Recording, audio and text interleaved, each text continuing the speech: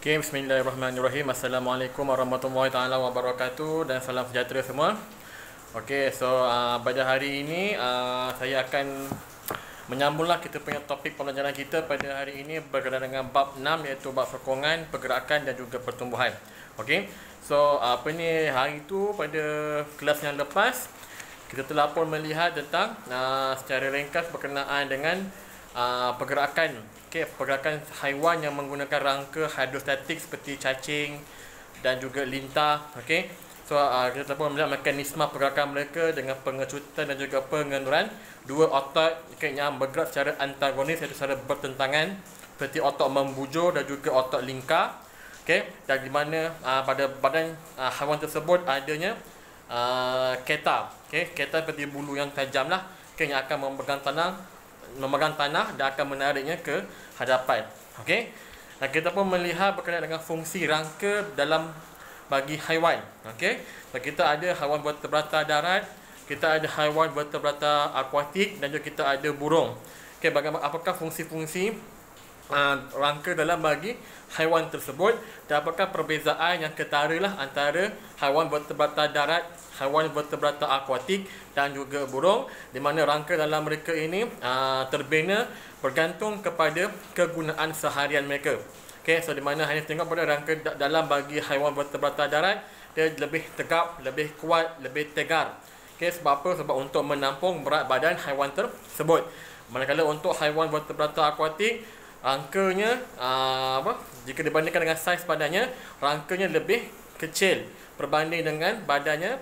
So rangkanya hanya untuk sokongan saja, untuk nak maintainkan dia punya body tu, dia punya bentuk badannya sahaja. Makanya untuk burung ni, tengok pada rangka dalam burung ini dia lebih berongga. Dia lebih berongga dan lebih kecil. Untuk apa? Untuk membolehkan haiwan tersebut untuk terbang, supaya lebih ringan. So hari ini kita tengok secara spesifik berkenaan dengan rangka manusia. Seperti mana yang kamu dah belajar masa form 1, kita ada penstrukturan.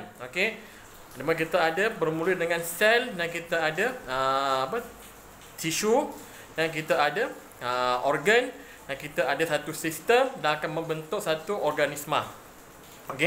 So dalam konsep sistem yang membentuk tubuh badan kita, sistem yang memberikan sokongan pada badan kita dipanggil sebagai sistem rangka manusia.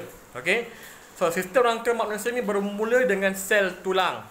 Sel tulang bila berorganisasi akan membentuk tisu tulang dan kemudiannya membentuk organ bernama tulang dan akhirnya membentuk satu sistem rangka, yang di mana berfungsi untuk memberi sokongan dan juga bentuk kepada kitalah manusia.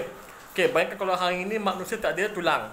Kita hanya sekadar kulit, daging, lemak dan sebagainya, tak ada tulang, memang lembek gitu je. So dengan adanya tulang ini yang membantu untuk membuat satu bentuk yang tetap dan juga menyokong berat badan kita. So rangka manusia ini secara amnya ada dua, iaitu rangka paksi dan juga rangka appendage. So rangka paksi dan juga rangka appendage. So bila kita kata rangka paksi, dia merujuk kepada tulang yang berada di tengah kita. Terutamanya kita ada tengkorak. Kemudian kat belakang kita ni kita ada turus vertebra, ataupun tulang-tulang belakang. Kemudian kat depan kita ni kita boleh rasa tulang dada kita panggil sebagai sternum. Dan daripada sternum ini akan ada satu rangkaian tulang-tulang yang membentuk sangkar rusuk, dipanggil sebagai tulang rusuk. So kita ada 12 tulang rusuk. So ini ialah rangka aksis ataupun rangka paksi yang membentuk kita punya center ni. Manakala rangka appendage adalah rangka-rangka yang selain daripada rangka paksi. Kita ada lengkungan pectoral. Itu ni bagian lengkungan pectoral, yang melibatkan beberapa tulang yang membentuk kita punya shoulder, bahu kita. Dan kita ada lengkungan pelvis. Lengkungan pelvis kita ni pun ada beberapa tulang yang membentuk lengkungan pelvis. Dan kita ada tulang tangan, tulang tangan dan juga tulang kaki.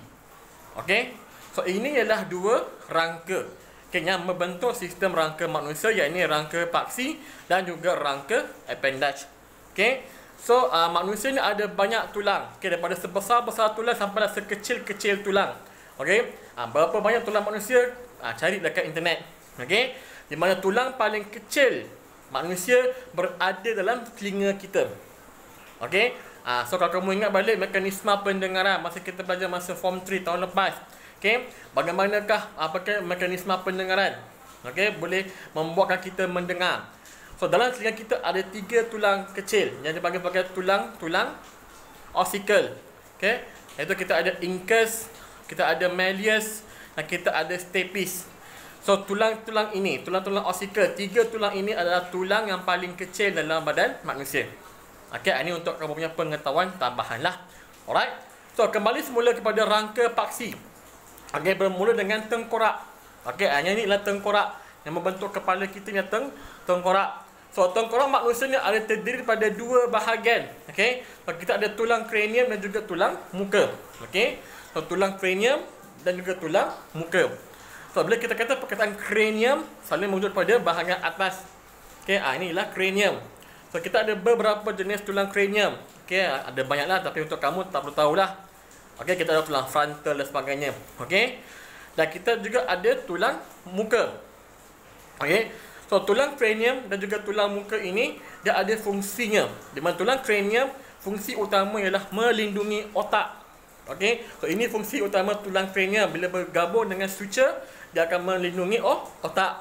Okey. Manakala tulang muka kita yang ada kat sini, okey, tulang muka kita ini berfungsi untuk memberi bentuk asas. Okey, memberi bentuk asas kepada muka kita. Okey, dan pada masa yang sama juga untuk menyokong gigi. Kita ada gigi kan. Okey, ni gigi. So ada yang atas, ada yang bawah. So gigi ini dia bersambung pada tulang muka. Okey, kita ada nama dia ni ada nama dia mandible. Okey, ni tulang yang saya cakap kan, bila kita bercakap, tulang ini akan bergerak ke atas ke bawah. So ini dipanggil tulang mandible yang bersambung dekat telinga. Kamu boleh rasa dia bergerak ke Okey. So ini ya tulang muka. Nah, kita ada tulang turus vertebra. So tulang vertebra ni merujuk kepada tulang kamu yang di belakang ataupun kita panggil tulang belakang. Okey. Panjang ni kalau kamu rasa kat bahagian leher belakang kamu ni, nanti kamu akan rasa kamu yang tulang belakang sampailah ke bawah ke pinggul kamu. Okey. So ini dipanggil sebagai turus vertebra. Okey. So untuk tulang vertebra ataupun turus vertebra ni dia terdiri daripada 33 ruas tulang kecil ataupun dipanggil sebagai vertebra. So ada 33 vertebra yang membentuk turus vertebra. Okay, ada 33 tulang kecil yang membentuk satu spinal column, okey, ataupun turus vertebra. Okey, tadi ada nama-nama dia. Okey, kita ada bahagian spinal, bahagian thoracic, okey, kita ada bahagian lumbar dan lain-lain lagi. Okey. So tulang-tulang ini dia akan bersambung. Okey. So tulang-tulang vertebra ini dia akan bersambung untuk membentuk satu turus, okey, yang kuat dan fleksibel ataupun boleh melentur. So kita punya turus vertebra ni dia fleksibel. Okey, dia boleh melentur. So kita diri, kita duduk, kita bongkok. Okey, semuanya dibolehkan sebab tulang turus vertebra ini dia fleksibel. Okey, dia bergabung. Okey, dia melekat. So dia membolehkan pergerakan yang minimal supaya kita boleh bergerak dengan lebih baik. Kita boleh membongkok, kita boleh berdiri, kita boleh macam duduk dan sebagainya. Semuanya di-support oleh kita punya turus vertebra. Okey. Dan fungsinya yang sangat-sangat penting ialah untuk melindungi saraf tunjang. Okey. So kita ada sistem sistem saraf. Okey, yang kita ada saraf yang pusat dan juga saraf periferi. So saraf pusat terdiri daripada otak dan juga saraf tunjang. Okey. Apa dia panggil spinal cord. So saraf tunjang ni dia keluar daripada otak dan dia akan memasuki turus vertebra. Okey. So kat tulang vertebra tu, okey, tengah-tengah dia ada macam lubang. Okey, lubang itulah yang akan membenarkan spinal cord ataupun tulang kita punya saraf tunjang kita untuk masuk daripada otak masuk ke bawah. Okey. So dia akan melindungi kita punya saraf tunjang. Itu fungsi utama bagi turus vertebra.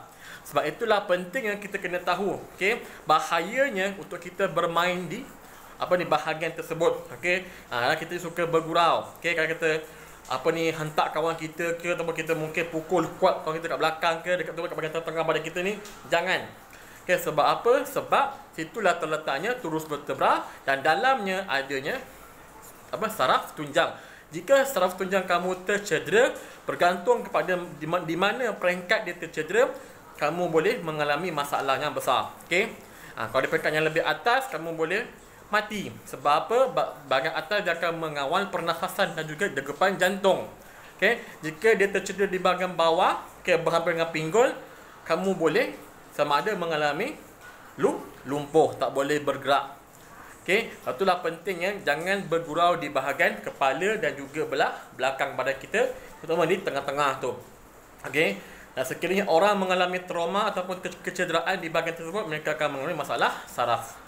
Okey, dan kita juga ada beberapa jenis penyakit yang melibatkan turus vertebra lah. Okey, ada yang bengkok ke kanan, ke kiri, ada yang bengkok ke depan dan ke belakang. Ada penyakit tersebut. Okey, itu semua boleh menyebabkan masalah. Okey, paling common kamu dengar mungkin slip disc.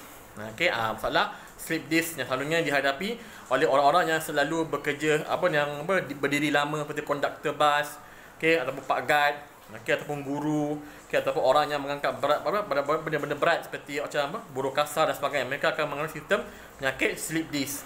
Okey, itu semua melibatkan turus vertebra. Okey. Kemudian kita ada tulang rusuk dan juga sternum. Okey, yang di bahagian depan kita.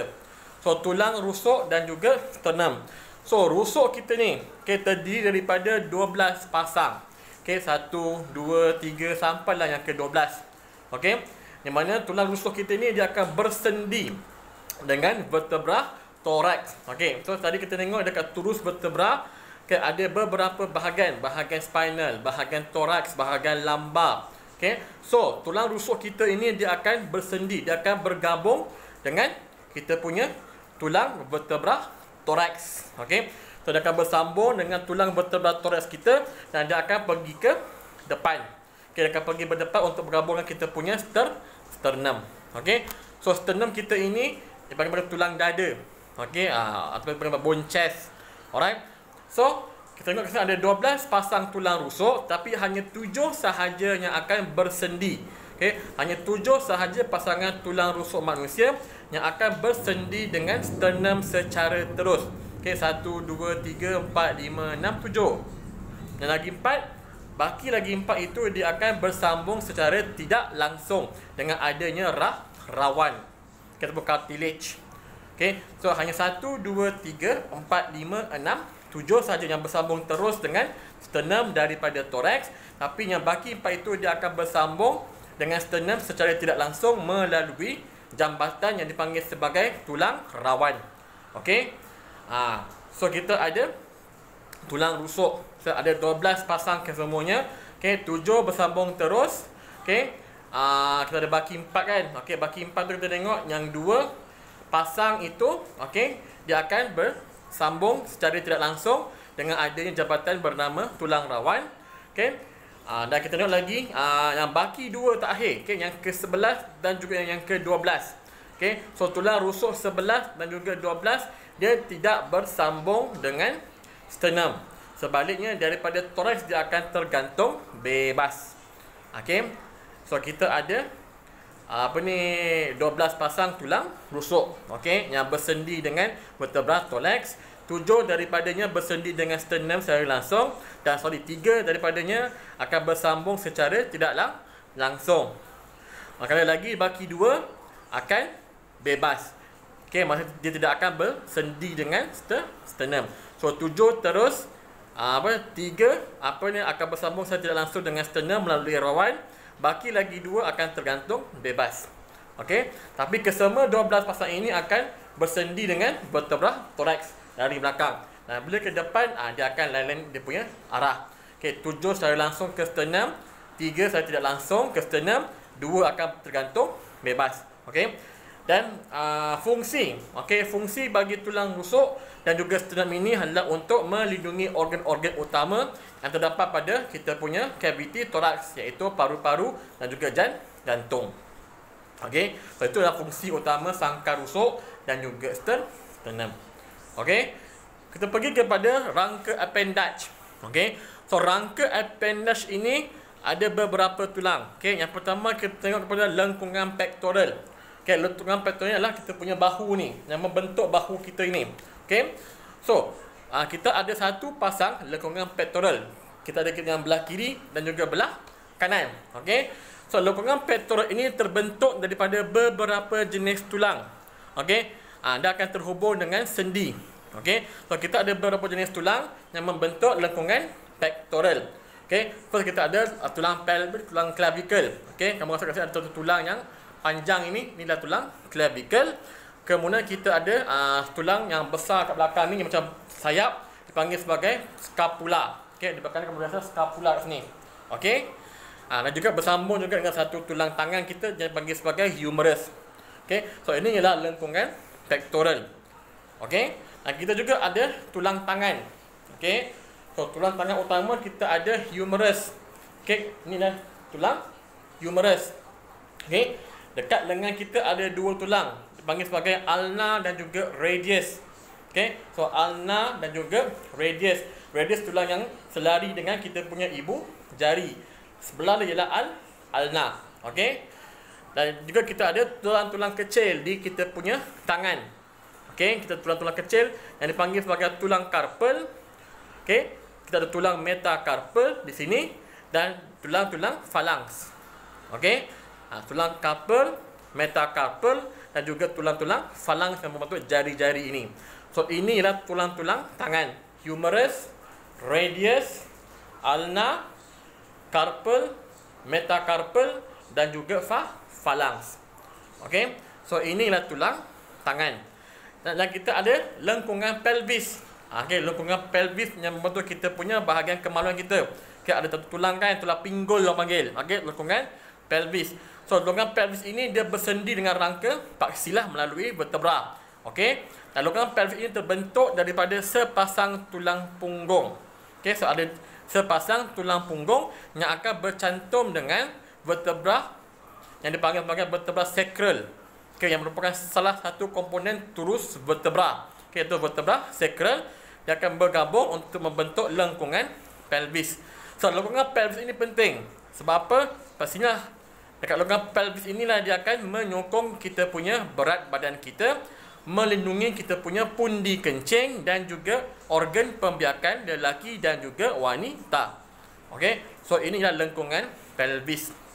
Okey, sangat-sangat penting untuk menyokong berat badan kita, terutama daripada atas ini. Okey, so kita punya berat badan kita akan jatuh daripada atas sampailah ke lengkungan pelvis sehinggalah ke tulang kaki. So, tulang kaki ni, kalau kamu tengok tulang kaki kamu, dekat bahagian peha tu, kamu boleh rasa ada satu tulang yang sangat besar, dipanggil sebagai tulang femur. Okay, so tulang femur ini dia besar. Okay, dan dia selalunya melengkung ke hadapan. Sebab apa? Sebab dia menerima berat badan kita daripada atas sampai ke lengkungan pelvis dan akhirnya akan ditransmitkan ke tulang peha, iaitu tulang femur. So, tulang femur memang dia akan melengkung sedikit ke hadapan. Okey. Kemudian kita ada pergi ke bawah pula kita ada di kita punya betis. Okey. Betis kita ini ada dua tulang juga. Okey, yang bahagian luar ini kita panggil sebagai tulang fibula. Okey, yang belah kirinya, belah dalamnya ialah tulang tulang tibia. Okey. So ada tibia dan juga fibula. Okey, fibula ni tulangnya agak panjang dan agak runcing. Okey, jika dibandingkan dengan jiran ni tulang tibia yang agak besar sedikit di bahagian atas. Okey, so kedua tulang ini akan bergabung terus dengan tulang femur. Okey, so dekat lutut kita pun ada tulang juga. Okey. Dekat tulang, kalau kamu rasa kita punya lutut ada satu tulang kecil di tengah-tengahnya lah. Okey, dan sampai ke kaki, ke bahagian bawah. Okey, daripada tibia dan juga fibula, dia akan bersambung dengan tulang-tulang yang dipanggil sebagai tulang tarsal. Okey, ada tulang tarsal. Okey, dan tulang tarsal ini dia akan bergabung dengan tulang metatarsal dan tulang metatarsal akan bergabung pula dengan tulang-tulang phalanx yang akan membentuk jari kaki. Okey, so kalau kat tangan ialah carpal, metacarpal, dekat kaki tarsal, metatarsal dan akhir sekali ialah phalanx. Okey, so ini ialah tulang kaki. So basically tulang kaki ni dia penting untuk nak menyokong berat badan kita. Okey. supaya kita dapat berdiri, okey, memberi support dan juga sokongan pada badan kita. Okey, so ini adalah secara mengenai sistem rangka manusia. Okey, so saya ulang sekali lagi, sistem rangka manusia ada dua bahagian, rangka paksi, rangka appendage. Rangka paksi merujuk pada tulang-tulang di tengah, iaitu tulang tengkorak, tulang turus vertebra dan juga tulang rusuk dan juga sternum. Okey, tulang appendage ataupun rangka appendage ialah semua tulang selain daripada tulang paksi. Iaitu lengkungan pektoral, tulang tangan, lengkungan pelvis dan juga tulang kaki. So kesemuanya ini akan membentuk sistem rangka manusia. Okey. Dan untuk pengetahuan semua, sistem rangka manusia ini ataupun tulang manusia ini dia adalah tulang yang padat. Okey. Sebab apa? Sebab untuk nak membantu memberi sokongan kepada kita dan juga untuk menampung berat badan kita daripada atas sampailah ke bawah. Okey. So ini ialah sistem rangka manusia. Okey. So untuk hari ini cukup sekadar saya berdiri di sini tentang sistem rangka manusia. Kamu dapat balik buku, baca buku, ulang kaji balik. Okey. Dan saya akan bagi latihan untuk hari ini. Sila buat. Okey. So sekian, terima kasih. Assalamualaikum warahmatullahi wabarakatuh.